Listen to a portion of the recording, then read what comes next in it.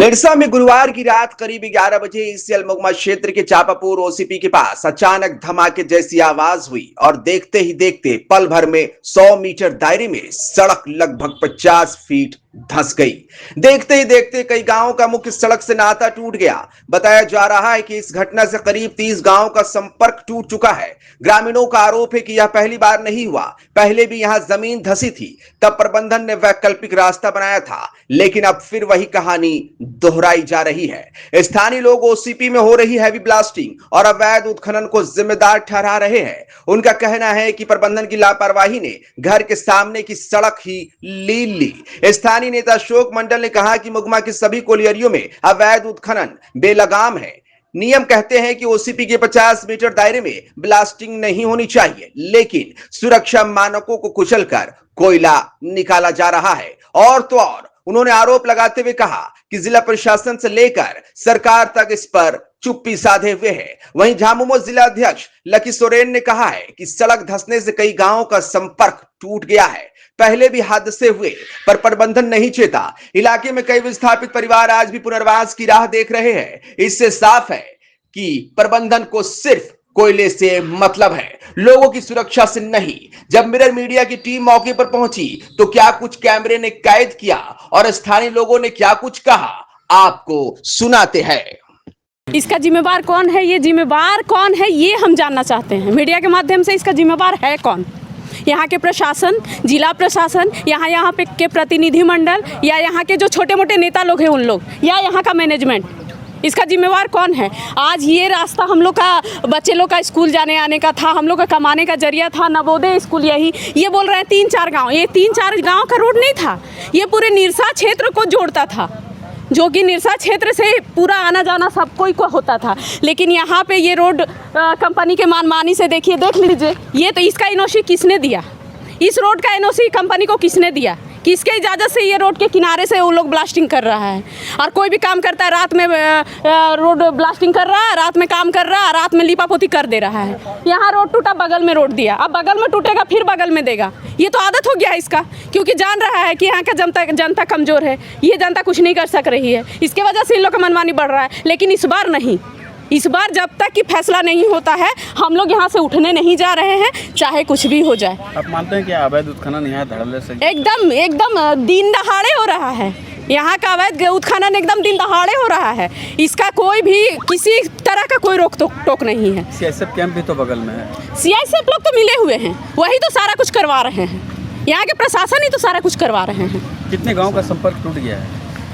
यहाँ पूरा का पूरा निरसा का, हम लोग का जो निरसा क्षेत्र है उसका पूरा का पूरा क्षेत्र खत्म हो गया है। अब इसको हम लोग क्या कर सकते हैं बताइए? इसका जिम्मेवारी कौन लेता है? कौन आता है इसका जिम्मेवारी लेने के लिए? आप लोग क्या चाहते हैं? हम लोग यही चाहते हैं, हम लोग ना किसी तरह का कोई, हम लोग चाहते हैं कि यहाँ आए सभी लोग, यहाँ आके धरना हम लोग के साथ में दे, कंपनी के विरोध में। अगर यहाँ के प्रतिनिधिमंडल सही में है तो हम लोग के साथ में आके धरना दे इस कंपनी के विरोध में, तभी हम मानेंगे कि प्रतिनिधि हम लोग के पक्ष में है। नहीं तो हम यही कहेंगे कि सारे प्रतिनिधि में इस मंडल इसमें मिले हुए हैं। हम इस प्रदूषण तो हमारे इस क्षेत्र में लगातार ईस्टर्न कोलफील्ड लिमिटेड के द्वारा हो चाहे बीसीसीएल के द्वारा हो रहा है। और जिस तरीक़ा से कोल इंडिया मैनेजमेंट बोलिए, चाहे ईसीएल और बीसीसीएल का मैनेजमेंट होना, जो काम करना चाहिए जिस तरीक़ा से, वो तरीक़ा से वो नहीं कर रहा है। और वो किसी भी तरीक़ा से माने जितना जल्दी हो वह कोयला निकाल के बेचना चाहता है और वो अपना प्रमोशन करा के भाग जाता है। कोई अगर मैनेजर है तो उसका एजेंट का प्रमोशन हो जाता है, कोई एजेंट है तो उसमें सुपर सीट करके जनरल मैनेजर बनेगा। इसका ये लोग फार्मूला लगा रहा है। और सही में निरसा का जो भूत और भविष्य है इसके बारे में ये लोग कोई नहीं समझ रहे हैं। और दुर्भाग्य है, आज से 7 दिन पहले हम यहाँ आए थे, जब गांव के लोगों ने बोला ये एक अल्टरनेटिव रोड बनाने जा रहा है, तो हम लोग आए और उसमें रोड में चलना उल्ला सब बंद कर दिए थे। लेकिन दुर्भाग्य है, देखिए 7 दिन के बाद ही पूरे गांव के लोग थे, उसके साथ हम लोग आए थे, मैनेजर से बात किए, एजेंट से बात किए, और बात करने के बाद कोई सारा माना क्या बोलते हैं, कोई उचित जो समस्या का निदान होगा उसके बारे में वो कोई जिक्र नहीं कर पाया। और हम लोग इसका काम बंद करा के चले गए थे। और हम उनको ये भी बोले थे कि भारत सरकार हो चाहे पूरे खनन विभाग हो, एक पॉलिसी मेंटेन होता है। अगर इसको ओसीपी खोलने के लिए परमिशन भी दिया है तो उसमें बहुत सारे क्लॉज है। जैसे 50 मीटर के अंदर कोई गांव है तो उसका 50 मीटर के अंदर में कोई तरह का ब्लास्टिंग होना चाहिए, कोई तरह का व्यवस्था नहीं होना चाहिए, क्योंकि किसी भी समय में दुर्घटना घट सकता है। आज तो देख रहे हैं झरिया के अंदर में 100 साल से आग लगा हुआ है, किस तरीक़े से झरिया के लोग तबाह मचा के रखा है। आज वो गिर जा रहा है, कल वो चला जा रहा है, कोई 30 फुट नीचे, कोई 20 फुट नीचे, कोई 10 फुट नीचे। ये तमाशा का विषय बना हुआ है। तो इसका हम लोग पूरा जोर इसका विरोध करते हैं और चाहते हैं जे ठीक है, भारत सरकार का योजना अगर कहीं पर चलता है तो निश्चित रूप से सरकार के द्वारा हो, चाहे DGMS के द्वारा जो पॉलिसी मेंटेन किया हुआ है उस पॉलिसी को कम से कम एडॉप्ट करके उसको चलाने का काम करें। देख रहे हैं कि रास्ता जो एक जोराड़ी से लेकर मेन रोड तक जाने वाला रास्ता जो है और यहाँ के आसपास के जो लोगों को जाने आने का जो रास्ता है वो धंस गया है बुरी तरह, और इससे मैनेजमेंट का पूरा लापरवाही है। बिना सूचना दिए हुए और बिना वैकल्पिक रास्ता किए हुए ये ब्लास्टिंग किया। ब्लास्टिंग करने के बाद रास्ता क्षतिग्रस्त हुआ है और इसके लिए जनप्रतिनिधि जितना है हम लोग भी चाहेंगे कि पहला रास्ता बने, तब फिर माइंस का ऑपरेशन जो हो रहा वो चालू रहेगा। स्थानीय लोग का कहना है कि यहाँ अवैध उत्खनन काफ़ी अवैध उत्खनन तो हो ही रहा, इसमें दो बात थोड़ी है।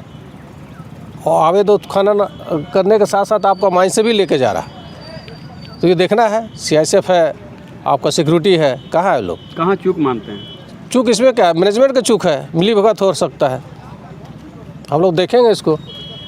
और ये माइंस इतना बड़ा बढ़ा दिया है, आसपास के लोगों को देखिए विस्थापित करने का जो एक ठो बनाया था कि ये लोग को दूसरा जगह हम बैठाने का काम करेंगे, बसाने का काम करेंगे, लेकिन अभी तक नहीं ये काम पूरा हुआ है। वर्तमान में यहाँ सड़क भी खराब हुई, कई गाँव का संपर्क टूट चुका है। इसके लिए पूरा जनता त्रस्त है और हम लोग भी चाहेंगे मानवता के नाते इसमें राजनीतिक ना हो, जो सही चीज़ है उसको होना चाहिए। ECL मुगमा कापासारा क्षेत्र का ये चापापुर जो है ओपन माइंस है और तस्वीरों में देख सकते हैं कि ये जो बीती रात की जो घटना है और लगभग 10:30 बजे, जैसा स्थानीय लोग ने बताया कि 10:30 बजे एक ज़ोरदार आवाज़ के साथ सड़क धंस गई।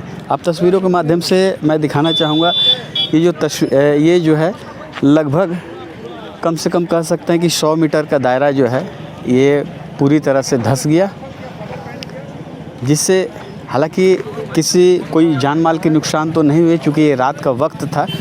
और आपको बताते चले कि यहाँ जो इस क्षेत्र से है लगभग कई गांव का संपर्क जो टूट गया। इस गांव का ये मुख्य मार्ग था और ECL जो चापापुर जो है, चापापुर के ये ओपन माइंस यहाँ चल रहा था और यहाँ से बगल में एक रास्ता दिया। हालांकि स्थानीय लोगों से जब हमने बात की तो उन्होंने कहा कि ये जो यहाँ का जो चापापुर जो ओपन माइंस कोलेरी है, यहाँ बड़े पैमाना में अवैध उत्खनन हो रहा था, जिसके वजह से ये बड़ी दुर्घटना घटी है। गनीमत रही कि ये दिन का समय नहीं था और बहुत बड़ा हादसा टल सकता है। पास में कई विद्यालय भी हैं, यहाँ छोटे छोटे बच्चे भी आना जाना करते हैं, लेकिन चूँकि ये रात का समय ये बहुत बड़ी घटना घटी थी। आपको बताते चले कि ये चापापुर में 1 वर्ष पूर्व भी ये निरसा थाना क्षेत्र का अंतर्गत आता है और निरसा थाना से महज 1 किलोमीटर जो उत्तर दिशा में है और ये चापापुर यहीं स्थित है। और आपको ये भी बता दें कि यहाँ जो पिछले वर्ष जो है यहाँ अवैध उत्खनन के कारण कई मौतें भी हुई थी, लेकिन प्रशासन इस पर कोई संज्ञान नहीं ली और इस पर कोई व्यापक इंतज़ाम नहीं किए थे। हालांकि ग्रामीणों को साफ शब्दों में कहना है कि प्रशासन का मिली भगत से ये सारा खेल चल रहा है। अब देखना है कि इतनी बड़ी घटना होने के बाद क्या प्रशासन जागती है या फिर निरसा में यूं ही अवैध उत्खनन जारी रहेगा। Santosh Kumar, mirror media, Nirsa.